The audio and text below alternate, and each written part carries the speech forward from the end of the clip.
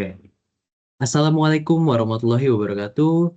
Perkenalkan, nama saya Muhammad Faransuri dengan NIM 2106012314147. Di sini saya ingin menjelaskan tentang prinsip LED. Langsung saja. Jadi, LED ini termasuk ke dalam jenis dioda semikonduktor yang hanya dapat mengantarkan arus listrik dalam satu arah, yaitu saat diberi tegangan maju. Bahan penyusun LED ini biasanya berupa senyawa semikonduktor seperti gallium arsenide atau gallium phosphide, yang dimana ketika diberi tegangan maju, elektron akan mengalir dari elektronegatif ke elektroda positif melewati lapisan junction. Nah, saat arus listrik mengalir melalui LED, elektron dari sisi negatif akan bergerak menuju sisi positif, yang kemudian bertemu dengan hole di daerah junction. Ketika elektron dan hole bertemu, maka akan terjadi proses yang disebut rekombinasi, di mana dalam proses ini, elektron akan mengisi hole dan melepaskan energinya. Energi inilah yang akan diubah menjadi cahaya tampak. Cahaya yang dihasilkan oleh LED berasal dari proses elektroluminesisi, yaitu pancaran cahaya akibat rekombinasi elektron dan hole di dalam bahan semikonduktor. Energi yang dilepaskan selama rekombinasi muncul dalam bentuk foton. Warna cahaya yang dipancarkan bergantung pada jenis bahan semikonduktor yang digunakan dan besar energi celah pita pada material tersebut. Oke, sekian untuk prinsip kerja LED. Terima kasih. Wassalamualaikum warahmatullahi wabarakatuh. Pernahkah kalian bertanya-tanya mengapa LED menghasilkan berbagai macam warna pada cahayanya, seperti merah, hijau, biru, bahkan putih? Ternyata jawabannya terletak pada bahan semikonduktor dalam sebuah proses unik bernama elektroluminesensi.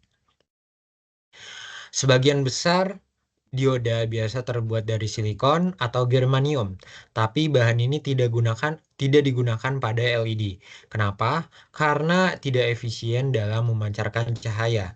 Silikon dan germanium menyerap energi rekombinasi, bukan memancarkannya sebagai cahaya. Oleh karena itu, kita untuk LED kita membutuhkan material semikonduktor yang lain yang bisa menghasilkan cahaya secara langsung. Energi atau LED memancarkan cahaya karena proses yang biasa kita sebut dengan elektroluminesensi. Ketika arus listrik mengalir maju ke dalam LED, elektron dari pita konduksi bertemu dengan lubang di pita valensi. Ketika keduanya bertemu, mereka berekombinasi. Rekombinasi ini melepas energi dalam bentuk foton, yaitu partikel cahaya. Nah, inilah cahaya yang kita lihat saat LED menyala. Yang menarik, warna cahaya ini tergantung seberapa besar celah pita energi dari material semikonduktor tersebut. Berikut ini berikut berikut ini adalah tabel material dan ataupun warna serta voltage drop dari sifat-sifat warna tersebut dalam warna LED gitu. Jadi contohnya gallium arsenide yang digunakan untuk LED berwarna merah karena memiliki voltage drop itu sekitar 1,63 V sampai 2,03 V. Sedangkan untuk LED berwarna biru, kita menggunakan gallium nitride atau GaN yang mempunyai voltage drop 2,48 V sampai 3,7 V. Untuk menghasilkan warna-warna lain seperti kuning atau biru kehijauan digunakan kombinasi seperti bahan aluminium GaN P dan alumni dan LN-GaN gitu.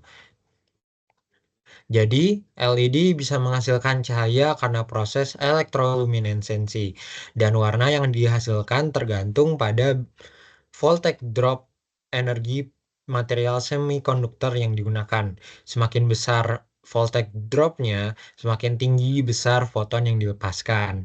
Dan semakin biru warnanya, sebaliknya, voltage drop menghasilkan warna merah ataupun inframerah. Dengan teknik rekayasa material Dengan teknik rekayasa material tersebut, kita bisa membuat LED dengan berbagai macam warna. Dan itulah mengapa LED digunakan secara luas dari lampu indikator kecil, lampu lalu lintas, hingga penerangan pada rumah. Sekian penjelasan tentang bahan semikonduktor pada LED.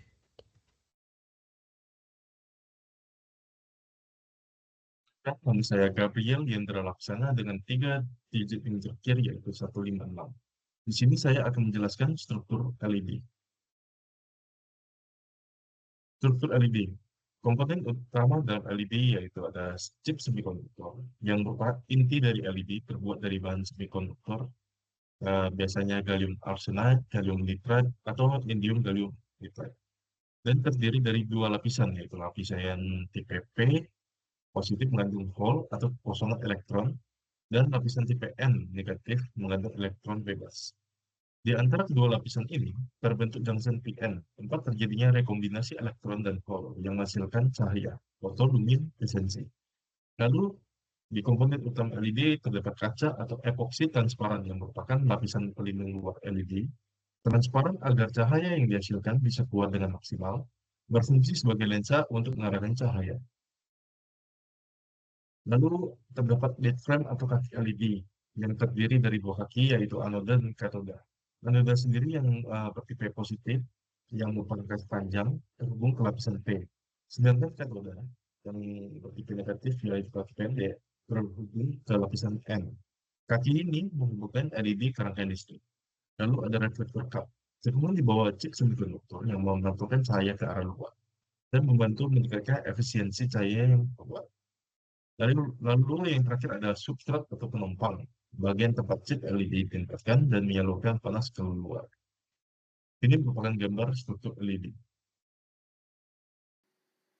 Assalamualaikum warahmatullahi wabarakatuh. Perkenalkan, nama saya Fatim Taflimdillah dengan NIM terakhir 113. Di sini saya akan menjelaskan mengenai spektrum dan warna LED.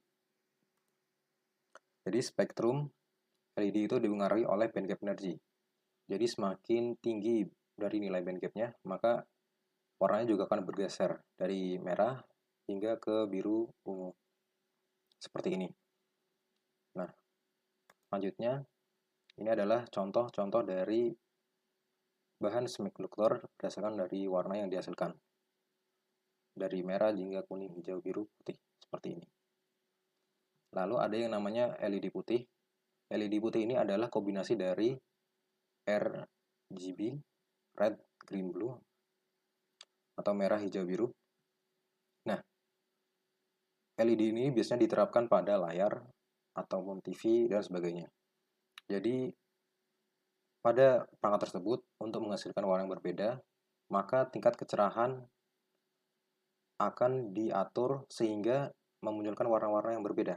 Jadi di sini bisa dilihat ada warna merah, hanya ada merah saja yang menyala, lalu ada hijau dengan hanya si hijau saja menyala. Di sini ada kuning dengan kombinasi dari merah, hijau dengan keredupan yang berbeda, lalu ada ungu dan sebagainya. Lalu selanjutnya ada jenis-jenis temperatur suhu LED. Nah, suhu ini diatur dengan satuan Kelvin. Jadi pada LED modern sekarang bisa kita kategorikan dengan suhu temperaturnya. Jadi bisa dilihat pada gambar ini ada dari 1000 Kelvin hingga 10.000 Kelvin, di mana warnanya dari orange ke putih hingga ke biru. Nah, ini adalah contoh spektrum dari 3000 Kelvin dan 10.000 Kelvin. Bisa dilihat dari spektrumnya sangat berbeda sekali. Jadi di 3000 Kelvin ini lebih cenderung ke merah, orange, kuning. Sedangkan yang 10.000 Kelvin ini lebih ke biru. Bisa kita lihat di sini. Jadi pada 3000 Kelvin ini warnanya putih namun ada sedikit warna-warna orange kuning gitu. Sedangkan yang 10.000 Kelvin ini terlihat warnanya sangat biru. Nah, faktor yang mempengaruhi warna-warna tersebut adalah dari kombinasi chip LED, yaitu dari kombinasi bahan konduktornya. Lalu ada ketebalan fosfornya. Jadi fosfor itu warna kuning, sehingga ketebalan dari warna fosfor ini juga mempengaruhi cahaya yang dihasilkan. Misalnya pada 3000 Kelvin ini terlihat lebih kuning dominannya, Jadi ketebalan fosfor pada 3000 Kelvin ini lebih besar dari 10.000 Kelvin. Lalu juga ada yang terakhir, arus dan tegangan. Jadi kita tahu bahwa band gap itu juga terpengaruhi oleh suhu. Jadi ketika arus dan tegangan kita naikkan, maka suhunya juga akan meningkat, sehingga itu akan menyebabkan pergeseran warnanya. Sekian, terima kasih dari saya. Wassalamualaikum warahmatullahi wabarakatuh. Akan dilanjutkan oleh teman saya. Assalamualaikum warahmatullahi wabarakatuh. Perkenalkan, nama saya Diwira Habibur Praya Widodo dengan NIM 210601231200022. Di sini saya akan melanjutkan teman saya, yaitu pada bagian efisiensi dan aplikasi LED. Efisiensi LED. Apa sih efisiensi LED itu? Apakah benar efisiensi lebih tinggi daripada LED? Nah, kita buktikan di pertama, yaitu LED mengubah energi listrik menjadi cahaya dengan sedikit panas. Ya, benar sekali, yaitu LED mengubah energi cahaya sekitar 80-90% sih. Sedangkan lampu pijar hanya 20% saja menjadi energi cahaya. Yang kedua, yaitu lampu pijar boros energi karena panas yang besar. Hal ini dibuktikan dari efikasi cahaya, yaitu pada LED modern sebesar 140 lumen per watt, sedangkan lampu pijar hanya 20 lumen per watt saja. Yang ketiga, yaitu LED lebih hemat energi dan lebih ramah lingkungan. Yap, benar sekali, yaitu pada LED mengurangi emisi karbon dan limbah industri yang dibuang. Kemudian yaitu aplikasi LED. Apa aja sih aplikasi LED? Yang pertama yaitu display digital. LED juga banyak digunakan dalam display digital seperti pada papan reklame elektronik, layar ponsel, dan lampu lalu lintas karena kemampuannya menghasilkan warna yang tajam, terang, dan dapat dikontrol dengan mudah. Kemudian yang kedua yaitu penerangan. LED telah menggantikan lampu pijar dan neon pada penerangan rumah, jalan, perkantoran, hingga kendaraan karena efisiensinya yang tinggi dan tahan terhadap getaran serta perubahan suhu. Yang ketiga yaitu sistem komunikasi optik. LED berfungsi sebagai sumber cahaya untuk mengirim sinyal dalam bentuk pulsa melalui kabel serat optik karena LED memancarkan cahaya langsung dari proses elektronik tanpa memanaskan filamen atau gas. Kemudian karakteristik LED. Dapat dilihat di sini karakteristik LED. Karakteristik elektrik LED sendiri sangat bergantung pada bahan semikonduktor dan warna yang dihasilkan. Yaitu salah satu contohnya yaitu LED merah yang menghasilkan sekitar 1,8 hingga 2,2 volt, sedangkan cahaya biru dan putih yang termasuk cahaya tertinggi menghasilkan 3,0 hingga 3,5 volt. Hal ini membuktikan bahwa semakin besar band gap, semakin juga tinggi tegangan yang diperlukan untuk menghasilkan cahaya. Yaitu bagaimana sih caranya untuk menjaga LED? Yaitu dengan cara penyesuaian tegangan. Penyesuaian tegangan ini biasanya dilakukan dengan menambahkan resistor pembatas arus secara seri dengan LED untuk mengontrol jumlah arus yang mengalir. Besarnya nilai resistor dihitung berdasarkan selisih antara tegangan sumber dan tegangan forward LED dibagi dengan arus yang diinginkan. Yaitu terlihat pada hukum R di sini, yaitu V sumber kurangi V forward per I. Sekian dari kelompok kami. Apabila ada kata yang kurang mengenakan dan menyinggung, kami mohon maaf. Sekian, terima kasih. Kami pamit undur diri. Wassalamualaikum warahmatullahi wabarakatuh.